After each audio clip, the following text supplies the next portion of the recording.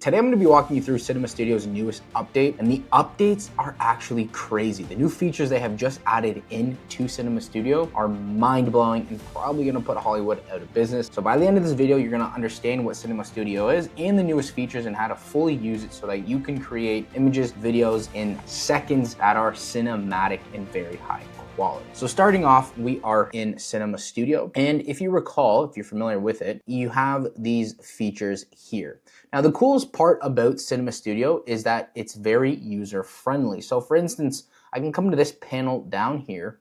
And as we can see, we have access to different cameras, different lenses, different focal lengths, right? That's kind of the old Cinema Studio. And what they've just added in is aperture. All right, now aperture is super important. Now here's the thing, for the people that are not familiar with the gear and how to get the shot they're looking for, they have just added in the recommended section, which is a super huge feature because now you can kind of just scroll and it's all already laid out for you. And again, the big thing about Cinema Studio is it's very user friendly. And then we can obviously save the setup. But we're going to use this setup right now. I want to create about 2 to 3 images because it's not going to get it perfect on the first run. And like I usually do is I'm usually using Claude or ChatGPT to create a prompt for me to really hone in on the features, to hone in on all this because I don't want to just be wasting credits for credits' sake.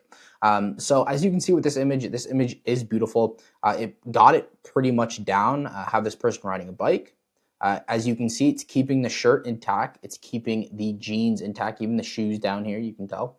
And more importantly, what it did also get is the urban street. And as you can see, we have a bit of flare coming across the screen. Now that is thanks to one of the choices we went with here. And in a second here, we can change all of this. Let's check out some of these other options. I like the photo. That looks fantastic. As we can see, the flare here. So we are still sticking, I believe, with the same type of camera and stuff. So what we can do, let's change it. Let's try this out here. So we're going to use a ARRI. We're going to use a macro shot, and we are going to generate. Now, these are gorgeous shots, nonetheless.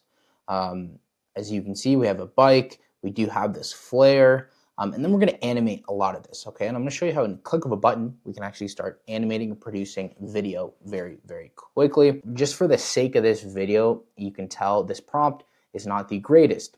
One thing I've also learned playing around with these tools is there's no room for interpretation. So you want to basically create your own guardrails with these models so that you tell it exactly what it wants. AI is phenomenal at giving you what you want. But if you leave it to interpretation, it's going to give me something like this, and it's going to give me something like this. And as you can see, I really didn't hone in on the prompt. Okay, that's just for the sake of this video. So let's move along with this shot right here. All I need to do is either reference it if I want to edit it or change it. More importantly, if I want to start animating it, it's very cool. All I have to do is just press the animate button, and it's going to bring me over here. Okay, and I can just flip back to image. Now, the most important part is I can have start and end frame available to me right here, which we didn't have prior. We actually had to go in here, set it up, pick everything. Now what I can do is come here and just go start frame. And it's going to pull me, as we can see right here, it has the start frame. Now, as you can see, we don't have an end frame. And it usually takes a very long time to come up with scenes, to come up with stories. And, you know, if I have this scene here, what's the next scene? It's a lot of bandwidth. So to make it very user-friendly, to make it easy to create video on demand, what higgsfield has now done is they have given you a new option. We're going to go through a lot of these, but one in particular is called What's Next? And this thing is mind-blowing. So it generates 8 scenes exploring different story directions, okay? And it only costs 4 credits, so it's perfect. So all we're going to do is I'm going to click on this button, all right? And as you can see, it's going to start generating based off of our master image. Now, within seconds, we have a new net scene, and you can tell we've used What's Next with this kind of new stamp on the bottom right corner. That's going to basically tell us we have 8 shots of what's next. So let's actually click into this, and we have some net new scenes we can possibly use. Now, I don't even think we need to do much. All I'm going to do is change this a little bit, and we are going to generate. Now, another cool thing about Cinema Studio is that it actually picks the model for you based off of your prompt. So as you can see there, we did not prompt it anything. So we don't have access to audio. We don't have access to slow-mo.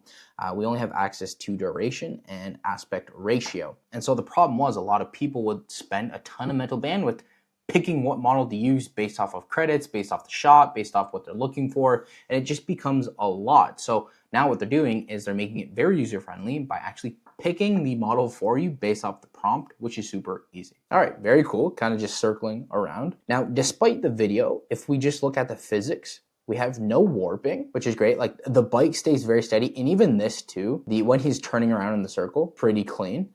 People in the background, there is no warping at all, which is great. We still have the flares coming through. That looks amazing. And he's very, it is hard probably to do that at that speed on the bike, and it shows, right? We can see some of that, which is awesome. So that's the first one. Let's look at the second one. All right, so there we go. So we do have some warping there. That doesn't make much to. So the physics is off there, which is fine. And again, what you'll see is that with a lot of these videos, you're going to take a few seconds max. What I want to do now is create the same character just with different clothing, different environment, almost like a new day. Originally, I would have to create a new prompt. I would have to reference the photo and ask it to change the clothing, put this on, put that on, create the environment, create background noise, all this stuff. Kind of gets complex. What I can do now is I can grab the same shot, which is very cool.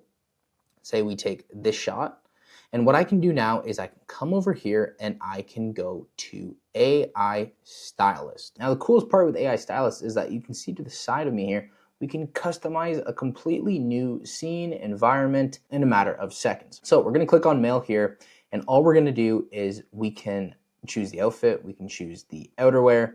Now, the coolest part here is with outfits, it gives you bundles already. So if you're not sure what to really clothe your individual with, we can do outfits.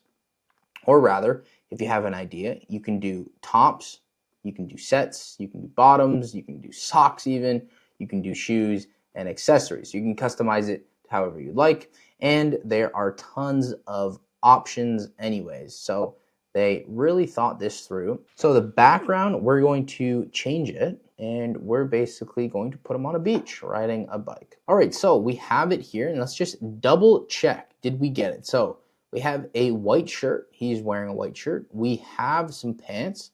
Looks like we have the right shoes, so got that right. And then the background, it looks like we have a beach front, which is fantastic. And he is still riding the same bike. I want to play around with the lighting a little bit, but I do want to first get a close-up of this individual. So all we're going to do is we're going to get a close-up shot. Now we did switch a bit of this up.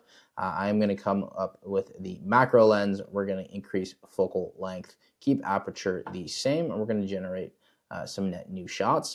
We have the close-up shot, and what I want to do is I want to change the lighting. So if you ever have a scene and you're like, how do I change the lighting of things? Before, if you wanted to change the lighting, you'd have to go get a prompt that would explain the dynamics of lighting. Now, higgsfield gives you the option to do this just with the click of a button. So all we're going to do is we're going to come down here. Now, as you can see, we have what's next, we have multi-shot, and we also have relight. So we're now in relight, and this is how we're going to go about adjusting the lighting of the environment. As you can see here, we have access to changing the lighting. What we can do is we can do this, right? So this is just basically changing the lighting of a 2D photo. To make it 3D, what you have to do is you want to access this sphere. Once you access this sphere, it is 3D. I'm going to put this red light right here. Now, we do have an option here. We can go hard light or we can go soft. We're going to do soft. We're going to make it just somewhat bright, lower the brightness down, and then we have options of the colors. Now, what we're going to do is we're going to keep this the same here. I'm probably just going to adjust this a little bit more, coming it kind of on his cheek a little bit. We're going to do that, and then we're going to generate. So as you can see, he is riding into the red light as we put it kind of in front of his face. Now, just to show you the difference, we can compare and contrast. And as you can see, this was before and we have after. And you can see the lighting is phenomenal. We have it shine off the bike, we have it in the face, we have it on the shirt, we have it on the sand here in the background. It looks very, very professional. And ultimately, if you want, you can come into apps up here and you can have a look at some of their popular features that they kind of just rolled out. And higgsfield is changing the game, and they're making it super easy to create visuals and videos. So hopefully you got a solid understanding of Cinema Studio. Try using it out. As always, my friends, I'll see you later.